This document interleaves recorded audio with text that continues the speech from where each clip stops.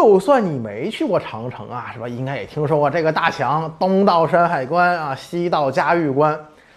但是长城为什么这两个关这么重要，是吧？一个天下第一关，一个天下第一雄关，就差一天下第一瓷关了，是吧？不扯了，说正题哈。先说嘉峪关，我们会发现啊，在内蒙南边的甘肃省，它东边是宁夏，西北是新疆，西南是青藏高原，这么一个省，把中国最大的几个少数民族聚居地给彻底的给分开了。这非常好玩，到底是因为什么呢？在这儿我们先只说地理原因哈，别扯别的。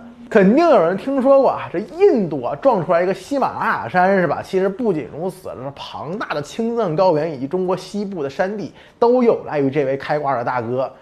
这个高原呢，不仅分流了湿润的西风、南风，让中国西北干了个透啊，南边湿了个透，而北边蒙古的干冷风呢，又被青藏高原阻拦，导致印度反倒一年四季温暖湿润，而我们大西北，早穿皮袄，午穿纱是吧？晚上还得围着火炉吃西瓜。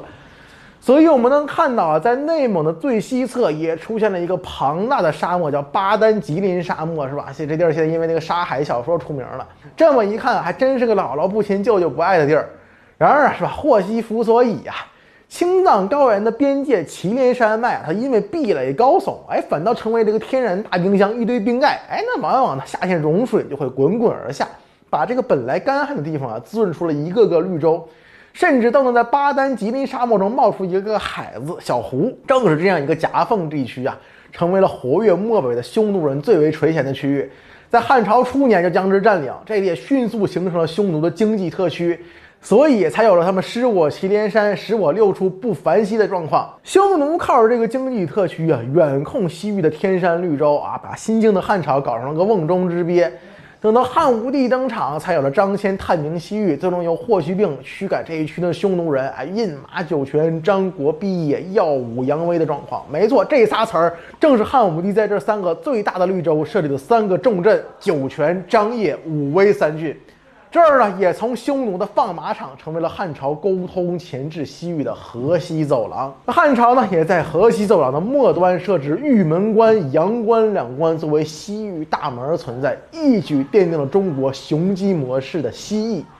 那再后来呢，武威、张掖、酒泉又先后成了凉州、甘州、肃州的驻地，狭长无比的甘肃之名也自此而来。时光流转，就算匈奴最终消失于历史，但是北方的游牧帝国也是你方唱罢我登场。等到明朝的时候啊，虽然他们结束了蒙元在中原的统治，但是蒙古人仍然拥有漠北的北元以及新疆的察合台汗国，同样也是新兴明朝的劲敌啊。而察合台汗国啊，也远比汉朝时候作为匈奴小弟的西域36国强大。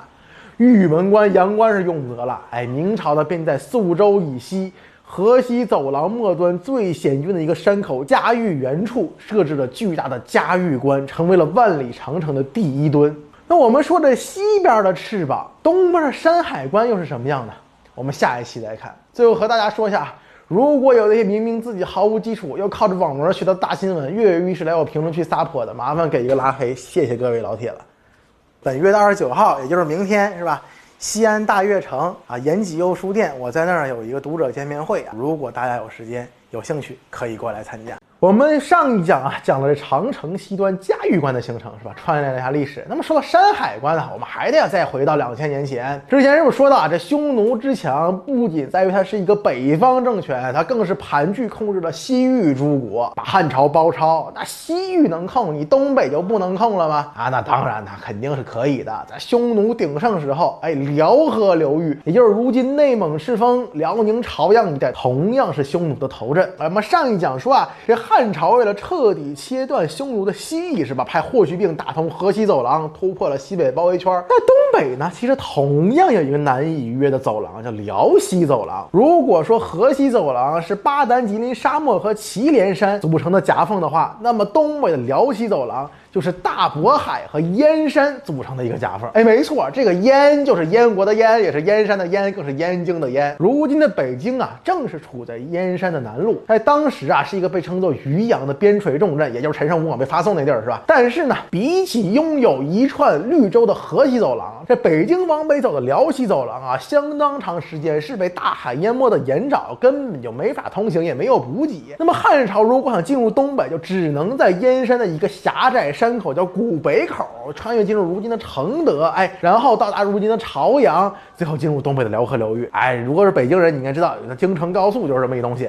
要是你不想走山路，那就只能走海路，渡海跑到辽东，也就是如今的大连，是吧？当然，你还有一条路，咱整点芦灰，把这渤海垫上，开发房地产，是吧？总之，大山和大海组成的屏障，已让如今的东北成为了中国北京最难啃的骨头和定时炸弹。在这儿呢，有着虎视眈眈的匈奴，也有着吉林一带的扶余民族，更有着燕国残余势力建立的一个国家，叫做魏满朝鲜。汉武帝深知河西走廊打通之后，如果东北问题不解决，匈奴仍有可能从这个缺口死灰复燃，那么控制辽东，解决魏满朝鲜就是一个必备选项。于是他派大将荀志走古北口，从陆路绕到辽宁，跨过鸭绿江进入朝鲜，而让刚收复广东的楼川将军杨波从山东渡海进入半岛，对魏满朝鲜水陆两条进行夹击。没想到这个在汉武帝眼中轻而易举的战争，却是一个伴随巨大牺牲的惨胜。这杨波和荀志呢，俩人为了争功还互相看不顺眼汉武帝说：“你敢跟我在这儿作死是吧？”所以这两个打了胜仗的哥们儿回来都被咔嚓了。总之这场战争标志着辽东半岛、朝鲜半岛这个区域被控制。汉朝呢，在这儿设置了乐浪、玄图、真藩、临屯4郡这西有河西走廊，东控海西走廊，西有西域，东控辽东。中国的雄鸡模式才开始奠定。匈奴也这样从包抄汉朝的瓮，成了被汉朝锁死的鳖，最终分裂消失于历史长河中。这匈奴一末在东北长时间作为匈奴小弟的东胡集团发现，老大没了，春天来了。那东胡是个啥呢？其实东胡只是一个泛称它其中主要包括鲜卑、乌桓两部。这两部语言类似，习俗接近。先说这乌桓，知名度好像不高，但如果给你个曹操的观沧海，你就知道了其实这个诗歌正是曹操在干掉袁绍之后，元党残余势力在辽西和乌桓结盟。他们在和曹操的最后决战败北后，老曹站在燕山和大海的交界，幸甚之灾，歌以咏志。乌桓挺不顺，但是他哥们鲜卑却在三国争斗之时迅速崛起，形成五胡乱华中笑到最后也是势力最大的慕容部、拓跋部，入主中原，形成了隋唐前身的北朝。那中原动乱曾经汉朝控制的辽东、朝鲜也自然彻底真空。吉林一带的扶余人，记得他吧，也趁虚而入，建立了一个跨东北朝鲜的大帝国，叫做高句丽。等隋朝统一之后，才意识到，这个敌人已经不可一世了。隋炀帝这人爱玩是爱玩的，你玩能花多钱呢？但是倒霉皇帝修个运河，本来是打算把南方丰饶的物产运到如今北京一带，屯兵夺回东北。但是呢，我天，输的别提多惨了。这哥们儿也彻底成了个亡国之君。那在这之后的唐朝，他意识到不仅自己一家看高句丽不爽如今朝鲜南部山区的土著韩人看他们更不爽。于是两方一拍即合，彻底把扶余人的政权高句丽百济消灭在东亚历史上。至此东北成为了唐朝的势力范围，而半岛成为了韩人的势力范围。天知道这些韩人后来假借高句丽名号，自称叫高丽，成为了朝鲜人的祖先。那扶余人在东北人的消失导致一个一直在苦寒群山里的苦哈哈民族女真乐坏了。在高句丽灭亡之后，迅速占领如今黑龙江省、吉林省一带，建立了一个叫做渤海国的国家。随后就和唐朝称臣纳贡，表示附属此国非常强大，号称海东圣国，异常富庶。但是大唐终究有衰落的一天，是吧？大家还记得那个被曹操干掉的乌桓吧？这群人最重要的后人契丹竟然风顺人流转了。契丹在唐灭亡之后迅速崛起，灭掉了渤海国，威逼中原，直接割走了包括如今北京大同的燕云十六州。乡亲们，这意味着什么呀？这意味着我们前面说的那个山海阻隔彻底消失。宋朝对于契丹就等于我家大门常打开，开放怀抱等你了，是吧？你也别怪宋朝窝囊了。所以对于契丹来说中国的边疆北京成为了它最肥沃的特区南京。那从塞外控制这儿呢，地势险峻，交通十分不便，是吧？那前面所说的那个夹在山海夹缝中充满盐沼的辽西走廊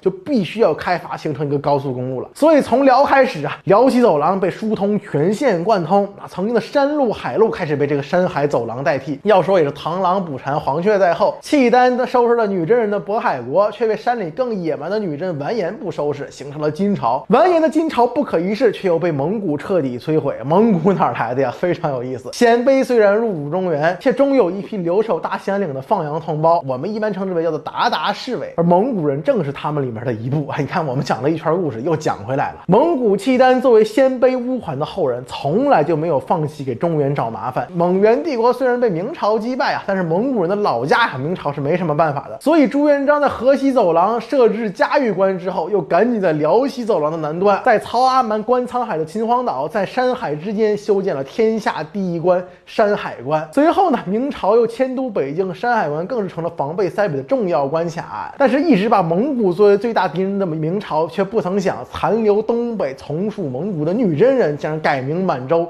击败蒙古，志在击垮中原的大明朝。随着明末李自成军的内乱，是吧？满人终于攻克锦州，辽西走廊被全面占领，山海关成为了明朝最后的大门。没想到呢，辽东总兵吴三桂投降满人，八旗军蜂拥入关，迎来了中国最后一个以少数民族建立的王朝——清朝。长城啊，东到大海，西到黄沙，依托崇山峻岭，虽已不是边境啊，却仍是我们这个东方文明的脊梁。当我们再不要虚高墙，开始放眼看大千世界的时候，山海大漠之魂犹在吧。